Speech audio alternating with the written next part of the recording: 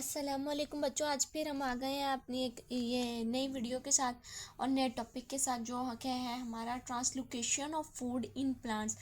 Water का, transpiration का, ये सारा सीन हमने पढ़ लिया है ना। ये सारे टॉपिक्स, सॉरी बच्चों मैं सीन बोल गई बट टॉपिक्स ये हमने पढ़ लिया है। अब आज से ना हम अपना फूड मतलब किस तरह फूड एक मतलब जड़ों के बालों से, रूट हेयर से कैसे अपर लीफ तक पहुंचती है ये हम देखेंगे। ठीक है। We know that inside the plant body, food is transported from one part to the other through phloem tissue. Water के लिए बेटे ये आप अपने एमसीक्यूज लाजमी याद रखें, वाटर के लिए जाइलम यूज होता है, while for the transportation of food we use plants use phloem tissues. Okay.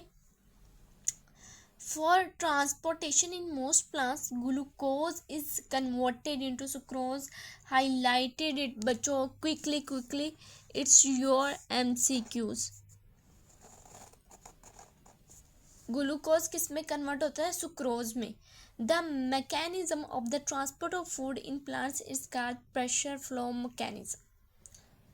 ठीक है, वो मैकेनिज्म जिसके थ्रू जो फूड है हमारी वो जड़ों से पत्ते तक ट्रांसपोर्ट होती है उसको हम बोलते हैं प्रेशर फ्लो मैकेनिज्म. जाहिर है आप खुद सोचो ना, एक वो मटेरियल है उसको कोई प्रेशर मिलेगा पीछे से तो वो आगे जा रहा होगा ना. That's why it is called pressure flow mechanism. ठीक है. अकॉर्डिंग टू द, आगे मजीद इसकी ना डिटेल आ रही है. According to the pressure flow mechanism, dissolved food flows from a source to a sink. आगे वो अब आपको ये भी बताएंगे कि सोर्स क्या है और सिंक क्या है. The sources include photosynthetic tissues. ये भी बच्चे आपके एमसीक्यूज हो सकता है कि फोटोसिंथेटिक टिश्यूज कौन से होते हैं. वो होते हैं हमारे mesophyll of leaves and storage tissues roots. ये हमारे सोर्सेज हैं. ठीक है बेटे. Sinks include the sites of food utilisation, for example growing tips of fruits and the stems and the storage tissue. जो सिंक्स है वो इंक्लूड है साइट्स में जो फूड यूटिलाइज जहाँ पे होनी होती है, तो वो होती है growing tips of fruits and stems and the storage tissues. अब सोर्सेज और सिंक में क्या बात कॉमन है? दोनों स्टोरेज ऑफ स्टोरेज टिश्यूज हो सकते हैं. ठीक है बच्चों. अब आगे हम पढ़ते हैं. किसी भी चीज़ को ना बच्चे कॉम्प्लिकेट करके नहीं पढ़ना, आप लोगों ने ना उसको आसान करके करना है. अगर आप लोग मुझे कहेंगे ना कि मैम आप लेक्चर की बजाय हमें पॉइंट्स बनाकर मतलब लाइक पेज पे बता दिया करें, मैं वो भी बता दूंगी बेटे, लेकिन आप बताएं तो सही. मुझे तो पता ही नहीं चलता कि आप लोगों की नीड्स क्या हैं. ठीक है. और अब हम पढ़ते हैं. मैं कोशिश करती हूँ कि मैं पेज नंबर के अलावा आपको हर चीज़ पेज की पढ़ाऊँ ताकि आप लोगों के लिए नेक्स्ट आपके पेपर्स में कोई मसला ना हो. Xylem is a one-way passage for water and the salts. Highlighted it quickly. Xylem क्या है? one-way passage है, one-way road है. ठीक है. From roots to leaves, नीचे से ऊपर, ascending order, नीचे से ऊपर. Phloem is a two passageway for food. अब जाइलम और फ्लोएम में सबसे मेगा डिफरेंस क्या? दोनों है वेस्कुलर टिश्यूज. ठीक है. ये हमने पीछे पढ़ा था कि जो हमारे वेस्कुलर टिश्यूज है वो जाइलम एंड फ्लोएम है. ठीक है. लेकिन ये हम यही कहेंगे, लेकिन इनमें सबसे बड़ा डिफरेंस है पैसेजेस का. उसका कोई और पैसेज है और उसका एक पैसेज है, उसके दो पैसेजेस है. The direction of food movement is decided by supply and demand in the sources and sinks. अब खुराक ने नीचे से ऊपर जाना है, ऊपर से नीचे जाना है. ठीक है. सोर्स से सिंक तक जाने, लीव से रूट तक जाना है या रूट से लीव तक आना है, ये डिसाइड करेगा डिमांड पर कि कहाँ पे डिमांड ज़्यादा है. अगर मेरी बात सुने, पत्ते को कोई बीमारी हो गया, पत्ता अपनी मतलब इनफ खुराक नहीं तैयार कर पाया, वो क्या करेगा? वो सिंक से मंगवाएगा ना, स्टोरेज टिश्यू से वो मंगवाएगा कि भाई आज मैं नहीं कर सका तो प्लीज़ मुझे दो, है ना. और कोई एक ऐसा पत्ता है जो हाइपर एक्टिव है, हाइपर कहते हैं बहुत ज़्यादा बच्चे, मतलब लाइक ये आपकी बायोलॉजिकल टर्म है. तो ना ये कहेंगे कि मतलब आज उसने ज़्यादा काम कर लिया, आज उसने ज़्यादा खुराक बना लिया है, तो वो फिर तब भी खुराक रूट मांगेगी ना कि भाई तुमने ज़्यादा बना लिया तो तुम मुझे दे दो ताकि मैं स्टोर कर लूँ बुरे वक्त के लिए. तो देखें, हम तो फिर इंसान है, या तो पत्ते भी अपने बुरे वक्त का ख्याल, वो पौधे भी अपने बुरे वक्त का ख्याल रखते हैं। अल्लाह ने उनमें भी स्टोरेज टिश्यू बनाया हुआ है। ठीक है, अब आगे हमारा मैकेनिज्म शुरू हो रहा है।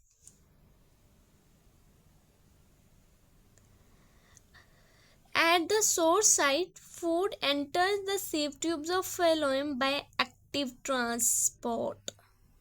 सोर्स साइड क्या थी? पत्ता। फूड हमारी है जो सुक्रोज फॉर्म में, वो सीव ट्यूब में जा रही है एक्टिव ट्रांसपोर्ट के जरिए। अब सीव ट्यूब क्या है बेटे? ये फ्लोएम का पार्ट है। फ्लोएम टिश्यू को अगर हम डिटेल में पढ़ने जाए ना, तो ये सीव ट्यूब हमें पता चलेगा ये उसका पार्ट, ठीक है, like a tube like structure. ठीक है, companion cells of phloem provide energy for this active transport. अब वो सीव ट्यूब में खुराक तो चली गई है, फिल्म के एक पार्ट में खुराक चली गई है, अब फिल्म का दूसरा पार्ट उसको इतनी ताकत देगा कि वो आगे जाए। Due to higher solute concentration in sieve tubes than the nearby xylem tissues, water flow into sieve tubes by osmosis। वही बात, पानी फिर अपने बीवी के पीछे। सल्यूट देखो ना, अब खुराक सीव में है तो वहाँ पे सल्यूट ज़्यादा हो रही है ना, वहाँ पे पानी थोड़ी है। अब जाइलम में पास ही पानी है। लोग ये वेस्कुलर टिश्यूज है ना, ये साथ जुड़े जुड़े होते हैं फिर जाइलम, तो वो पानी कहेगा कि उधर सल्यूट बहुत ज़्यादा है और मैं बिल्कुल भी नहीं हूँ, तो वो जा रहा है उधर solvent. In this way, the fluid pressure in sieve tube increases and the solution of food flows toward the sink, जड़ की जानिब। At the sink, sucrose is actively unloaded from sieve tubes into the sink tissues। ठीक है, जो सुक्रूज है वो unload हो जाएगा, वो उतर जाएगा सिंक टिश्यूज में। Water also moves bye osmosis from sieve tubes into the xylem. फिर पानी वापस आ जाएगा क्योंकि उसकी बीवी उसके घर पहुंच चुकी है। It reduces fluid pressure in sieve tubes, और इससे जो सीव ट्यूब में है ज़ाहिर पानी निकल गया तो अब कोई प्रेशर तो नहीं रहा। वही स्टोमेटर वाली बात बच्चों। Due to higher fluid pressure at the source than the sink, food flows in bulk towards the sink. Start में जब जाहिर है जाइलम से पानी इधर सीव में आ रहा है तो सीव में ज़्यादा प्रेशर हो जाएगा ना, वो सोर्स के पास ही होता है, तो इसलिए बल्क कहते हैं बहुत ज़्यादा अमाउंट में फूड फ्लो करती है सिंक की तरफ। ठीक है, इसका मैं आपको फ्लोर चार्ट भी इंशाल्लाह आज ही प्रोवाइड करूँगी। ठीक है, ताकि ना फ्लोर चार्ट से ये होगा कि आप लोगों के लिए पढ़ाई आसान हो जाएगी, आप लोगों के लिए ना कि मतलब लाइक समझना आसान हो जाएगा।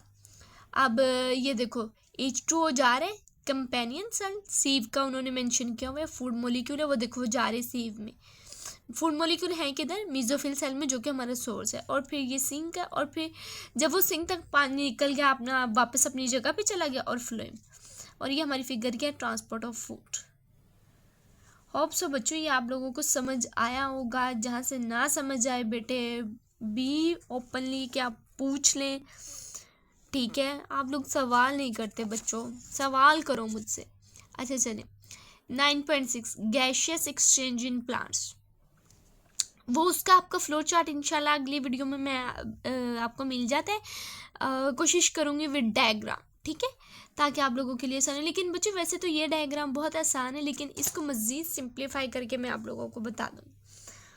ड्यूरिंग द डे टाइम, दिन के वक्त, all plant cells are carrying out cellular expression while the green plants are carrying out photosynthesis. Green parts, plants नहीं, पूरा जो प्लांट के पूरे जो सेल्स हैं वो सेलुलर रिस्पिरेशन करते हैं, लेकिन जो ग्रीन पार्ट्स हैं ना वो फोटोसिंथेसिस करते हैं। अब इसकी एग्जांपल ये ले ले कि हमारे बॉडी के तमाम सेल्स कोई और काम कर रहे होते हैं जबकि हमारा मुंह खा रहा होता है। ठीक है ना, इस तरह in photosynthesis they use carbon dioxide and release oxygen. Understandable, आम सी बात है, ये हम बचपन से पढ़ते आ रहे हैं।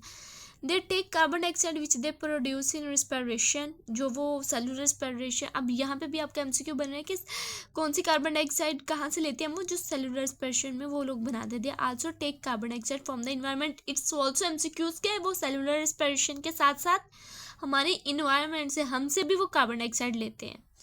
In respiration they use oxygen produced during photosynthesis। वही बात, ये साइड बाय साइड ये प्रोसेसेस चल रहे होते हैं ना बेटे, एक की प्रोडक्ट दूसरे की वो रिएक्टेंट बन रहा होता है। They release carbon dioxide to the environment, वो कार्बन डाइऑक्साइड इन्वायरमेंट में रिलीज कर देते हैं। So during daytime, leaves are releasing oxygen and taking carbon dioxide from water, from environment. Okay. During night, all cells are carrying out respiration while there is no photosynthesis. Understandable. So the plant is taking in oxygen from environment and releasing carbon dioxide. अब देखो, दिन के वक्त वो carbon dioxide environment से लेते हैं, जबकि रात के वक्त वो ऑक्सीजन इन्वायरमेंट से लेते हैं। बस ये दो बातें थी, और आई होप सो कि आपको समझ आया होगा। सवाल करें और बेटे क्यूरियस रहे, चीज़ों को ना जांचे, डीप पढ़ना शुरू करें। और ये डीप पढ़ना हमें कोई भी नहीं सिखाता, ये हमने खुद सीखना है। ठीक है, अपनी सेल्फ डेवलपमेंट इंसान हमेशा खुद करता है, कोई दूसरा आके नहीं करता बच्चों। हम बदलेंगे तो हमारी दुनिया बदलेगी। ठीक है बेटे, एक दफ़ा अपना माइंड सेट चेंज करके तो देखें, अपने आप को डीप जाके, यही चीज़ आपको सबसे अलग है, यही आपकी यूनिकनेस होगी। ठीक है बच्चों, और स्टे क्यूरियस, स्टे इंस्पायर्ड। अल्लाह हाफिज़।